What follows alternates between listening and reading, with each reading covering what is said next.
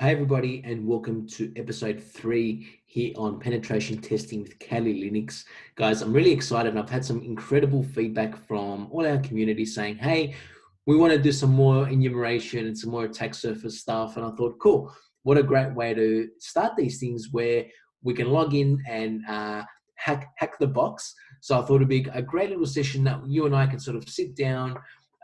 We'll do some basic again. We'll go over NMAP, but I think the first area that I want to go through with you guys is hack the box, where we can hack for the invitation code. We'll set it all up. We'll download the VPN client, and then we'll log into hack the box, and then we'll set up a host on that side of things, and we can do some proper, again, some more NMAP, port scanning, identify the host, do some enumeration, and see what's on that host as well. From there, we're going to move into the scripting engine. So NSE, we'll take a look at Zenmap, NMAP's big brother, the graphical user interface, Zenmap. And then in the next video, we're going to do Kyoptrix. So we're going to download, we'll install it, and we'll do some basic enumeration and exploitation with a vulnerable VM. So without further ado, guys, I'm just going to switch my screen over to Hack the Box. We'll get started in just a few minutes, and then we'll continue our journey down port scanning. I'll see you guys in a few seconds. All right, cool. So I'm over here, guys, on hackthebox.eu. I've done nothing. I've just got Kali Linux set up, and I've just gone to the basic web browser session here on Hack the Box. Now, to hack the box and get the invitation code, before I begin, and I think moving on into another video down the track, I want to talk more about setting up Chrome or setting up Firefox, your preferred browser of choice with the right extensions. Just very quickly, I have Wapalizer installed here, and what Wapalizer does, it gives you a bit of information about what could be potentially running on that website, right? So it's just doing some basic recon, whether it's passive recon. We're not doing anything that's active or trying to enumerate anything. It's just pulling out some information that could be potentially on that host or on that web server that's running. So, in this case, this is a content delivery network. Cloudflare is running, so we know that they have some sort of distributed denial of service protection or something that's masking their IP address externally. I'm getting a couple of analytics platforms, JavaScript plugins, and all that sort of thing. So this gets really handy when you're doing enumeration, and when you start doing some more active attacks, you can start going into potential vulnerabilities or potential flaws that you can do more research on and see how you can potentially exploit this web page. So, Wapalizer is free. You can go ahead and install it on Chrome or Firefox. And I think that's just a bit of a value add for you guys. So I think later on we'll do some more when we set up our web browsers with the proper extensions for penetration testing. So let's go back to Hack the Box. And there's a couple of tabs here, but what I'm going to do is let's go to the login tab and see what's on there. So in order for us to actually get the invite code, we'll have to join, right? And so that's what I'm going to do now. So let's go over to join, and it's saying, hey, invite challenge, feel free to hack your way in, hack this page to get the invite code. So we'll have to get a code of somehow, and then we'll place the code here, which looks like there's already a couple of times that I've done this already. We'll have to probably do that, and then we'll sign up, and then that'll give you the authorization to then go ahead and create your free account. Now, there's a free account that you can create with Hack the Box, and there's obviously a paid VIP membership. I've just got a free one, but I've also got a paid version with another account. But in this example, I'm just going to use a free account that I have set up on this machine.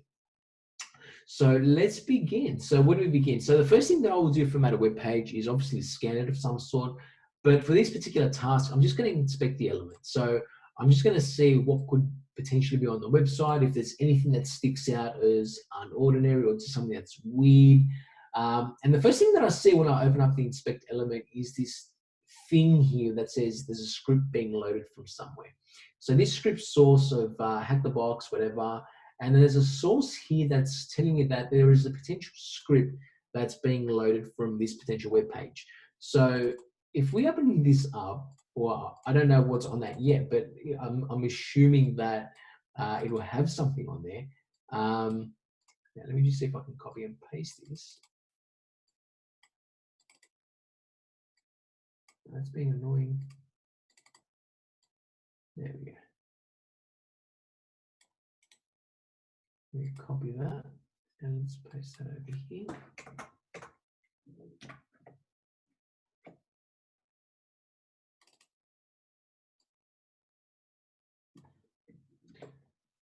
And feel free to, if you're at home and you're doing this as well, and you've been stuck with getting the invite code, feel free to follow along, and yeah, so we're going to just have a bit of fun with that. So I've gone to this source that's being loaded from this sort of looks like a JavaScript file. I've put into the web browser with a full extension, tac, hackthebox.eu/js/invite-api.min.javascript. So let's load that up and see what we've got here. And there's just a bunch of, jibber jabber, bunch of text string values, and just for me to see if anything makes sense to me. The only thing that I can see really is this make invite code that really resonates with me right now, because that's what we need to do, right? It's giving us hints along the way to make our life a little bit easier. So I'm going to copy that, and let's see if we can interact with it somehow. So I'm just going to go over to console, and I'm going to go back to the main site. Let's go back to the invite page.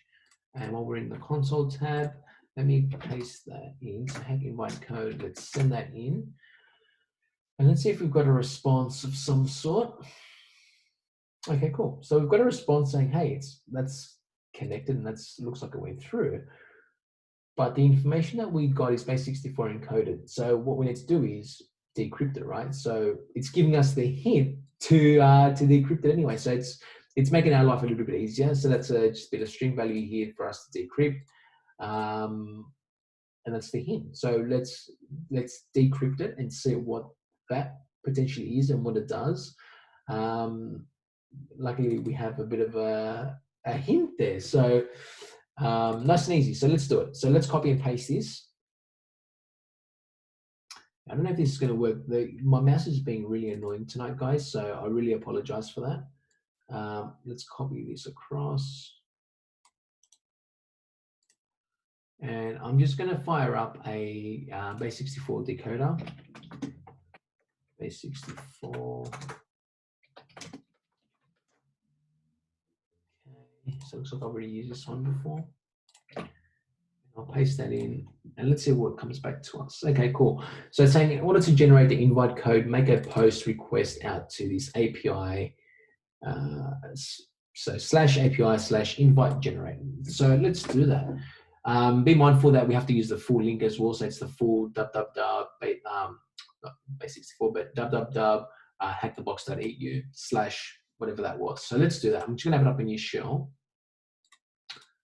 And then we can go ahead and do that. So let's curl for xpost.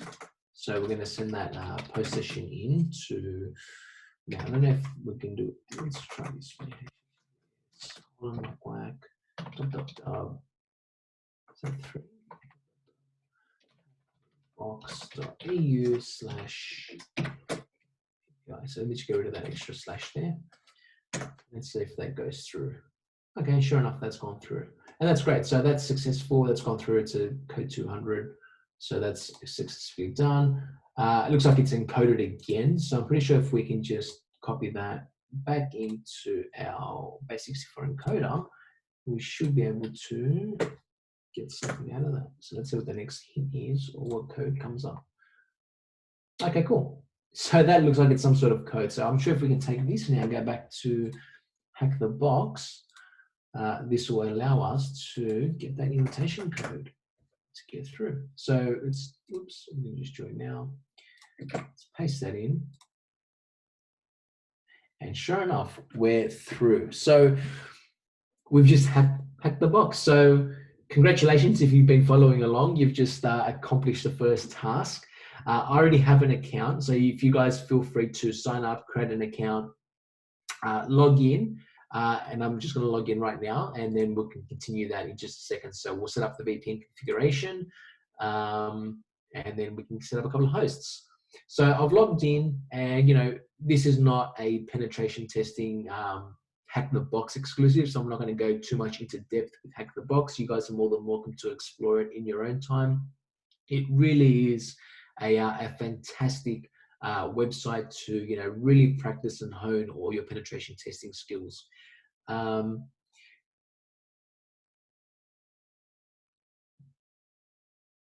where was I going with this? So the first thing that we want to do is on the left pane here, over labs, we can hit over the access icon. So what we're going to do now is set up the VPN configuration to tunnel into Hack the Box. So they have their own, VPN set up, their own connection for them, to obviously, get on the same network as their devices. So let's do that. So from wherever you are in the world, you can connect up. Even if you're in Australia, you connect up to the US lab. That's fine.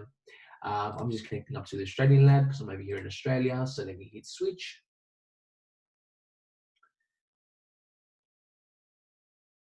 And let that think for a second. And once that's done, we'll download the connection pack and then we'll connect it up through the terminal.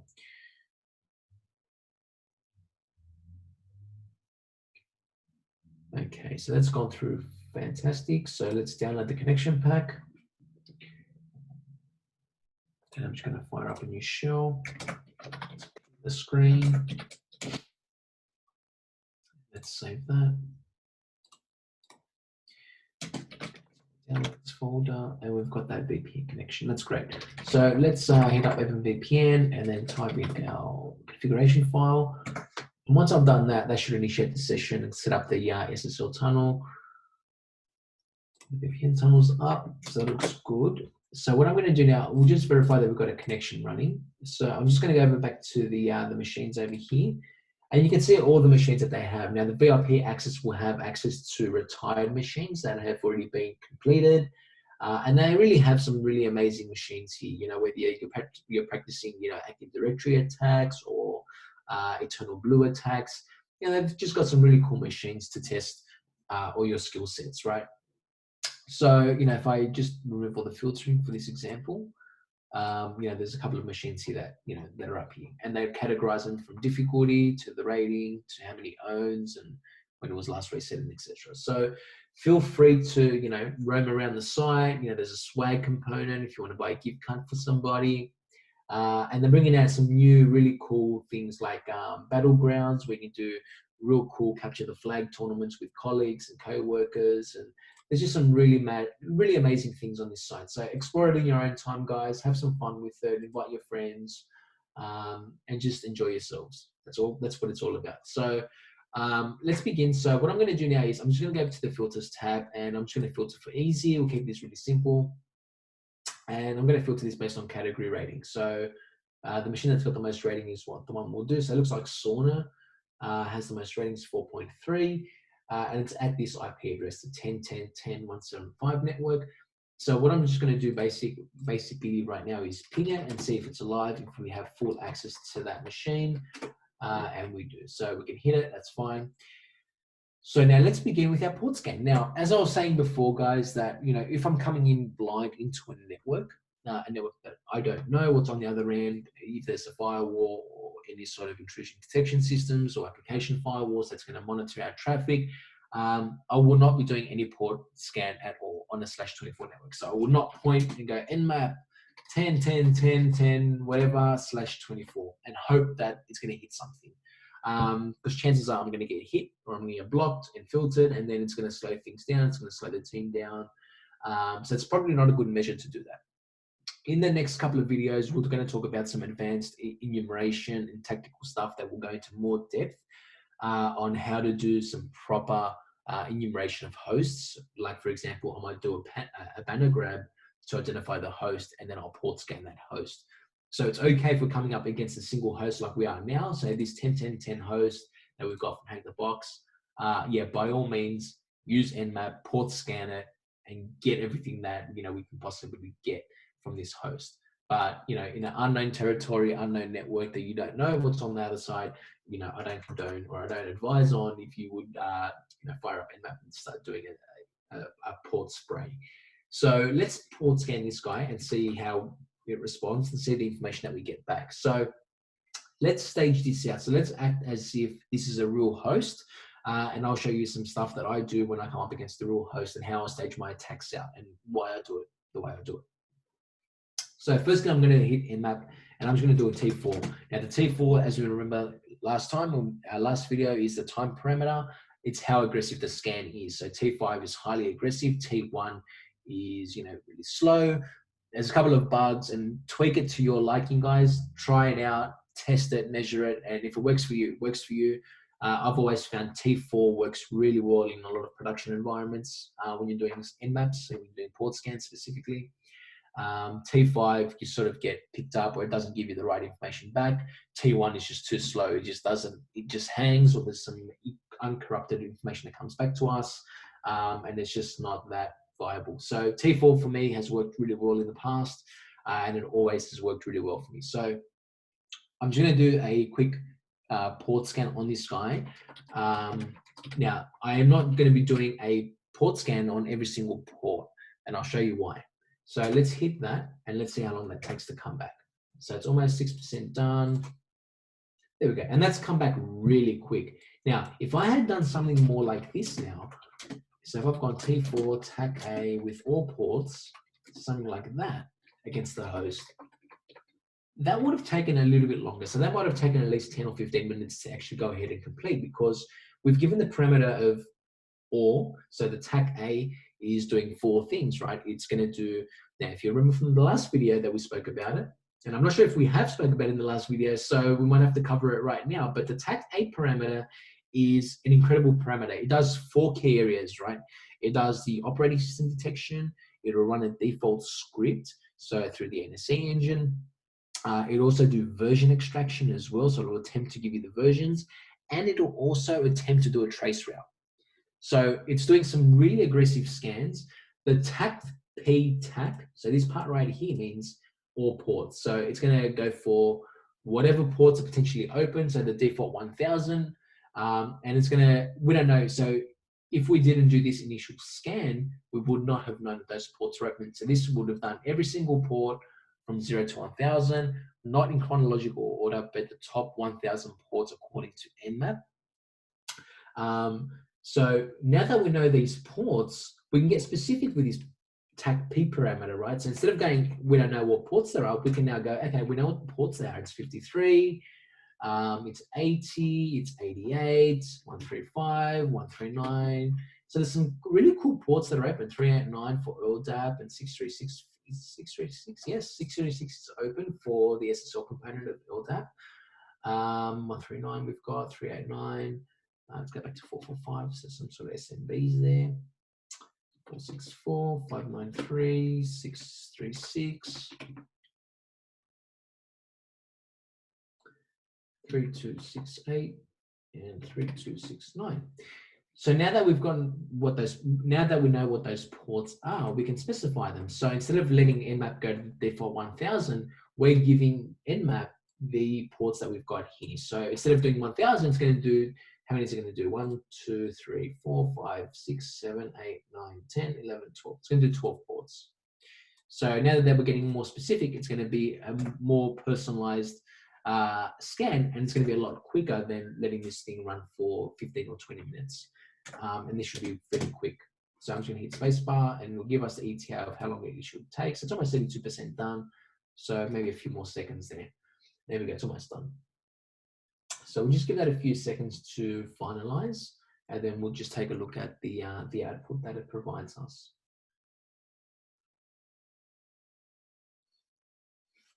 How long are we going? Okay, so we're going okay.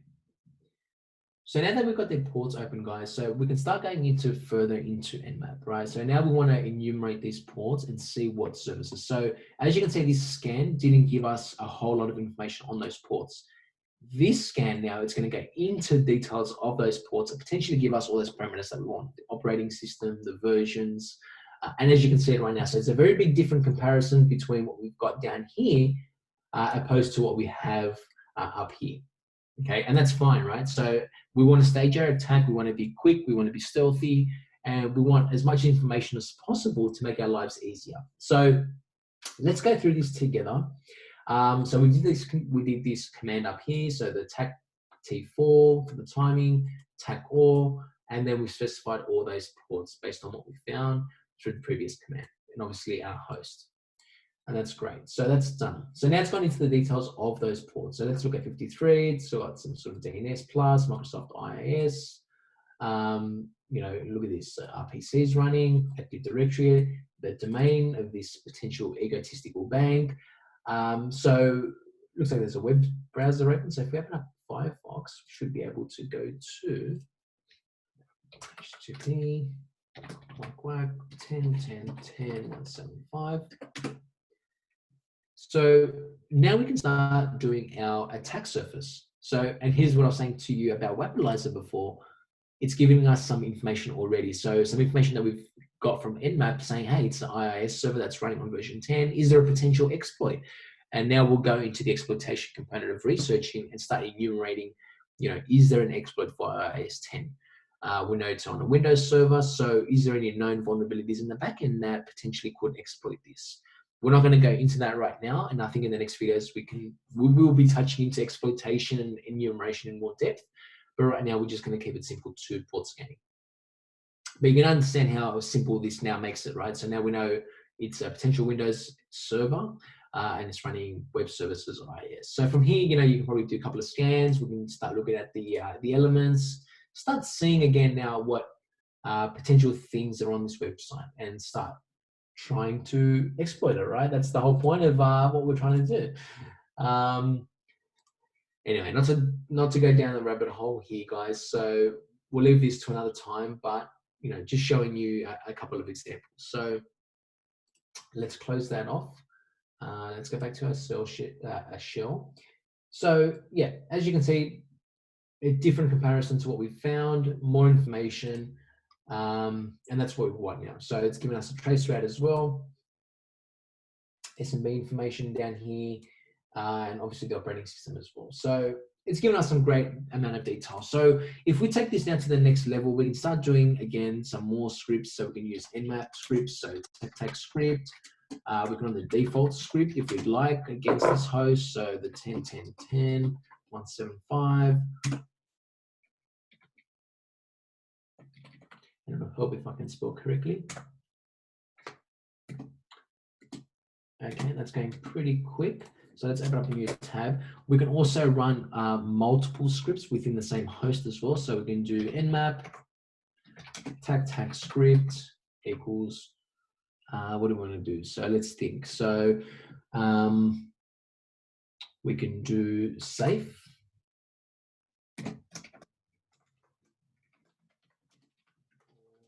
Default.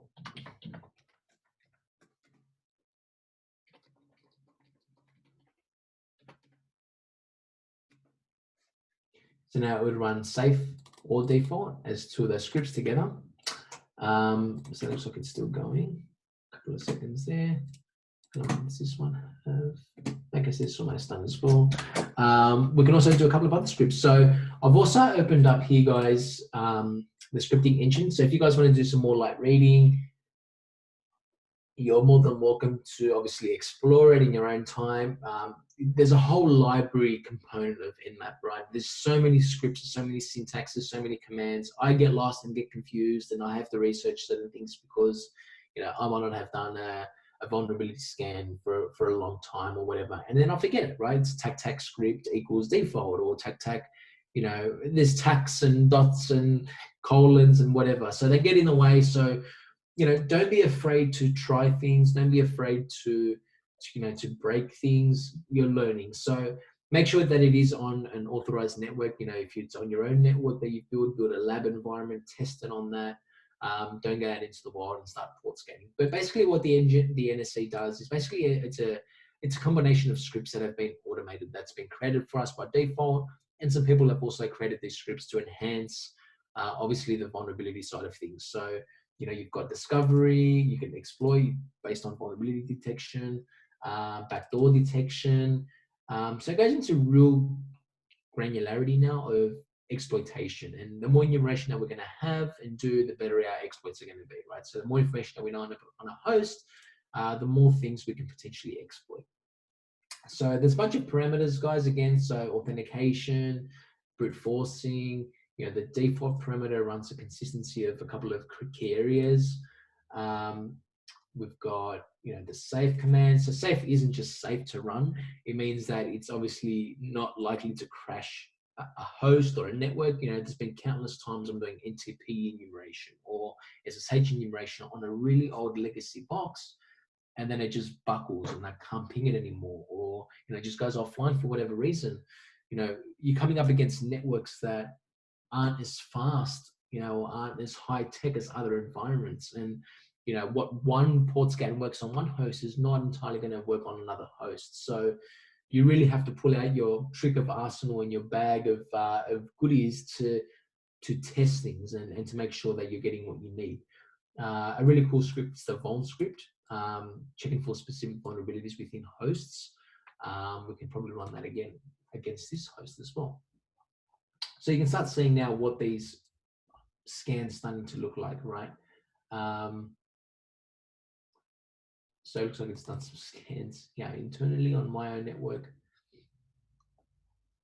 And that's fine. We don't need into those details, but you can see how the parameters start to change, right? And now into this host, it's gone into more, more details than we need. So let's go back here and let's see what this has done.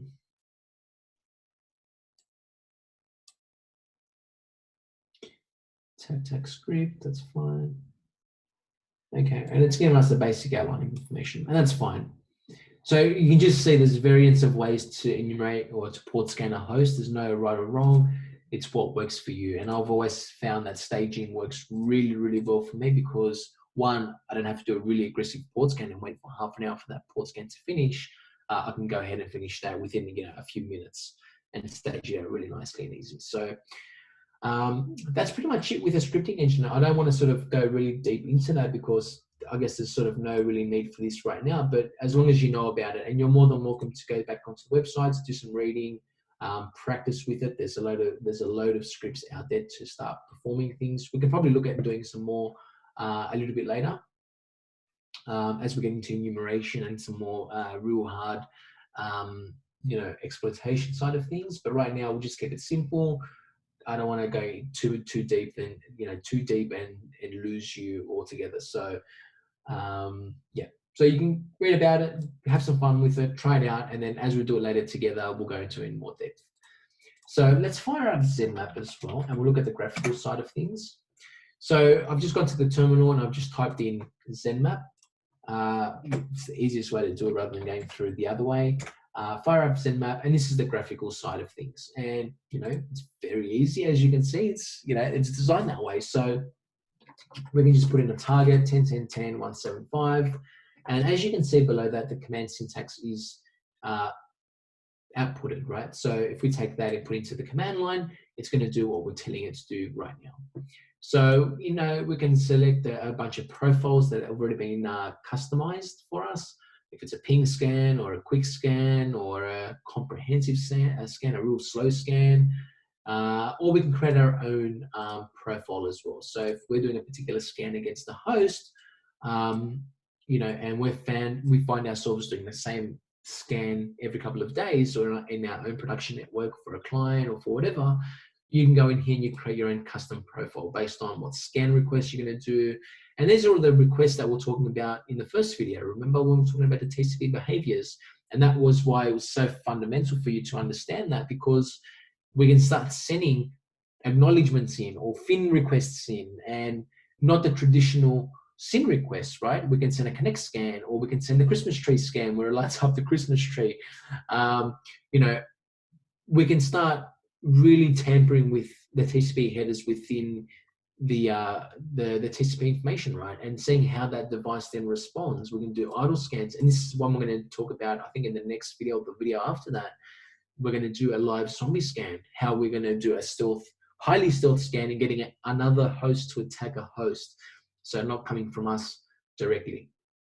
And then you just get real granular based on what you need to do. So, it's going to be an acknowledgement, syncing, whatever the case is, and then you can tie your own scripts, the target, etc. So, really useful, really specific to your needs as well. So, if you want to go down that path, you're more than welcome to. Well, let's just take an example right now. So we'll scan that host using Zenmap. So let's put that up. And I just don't want to do an intent scan. Let's just do a quick, scan, see what comes up. So the T4, the type parameter, TACF is fast for the top 100 ports that we were talking about before. And here it is. So it's come up with the information, obviously not as much depth as our previous commands, but that's okay. And now we can start going into what ports they are, the topology. So in here, if you may have a few hundred hosts, you categorize them nice and neatly or whatever, and you can start seeing them visual. You can move things around, it gets really fun, so that's pretty much it for Zenmap, guys. It's pretty basic. It's not anything overly complex.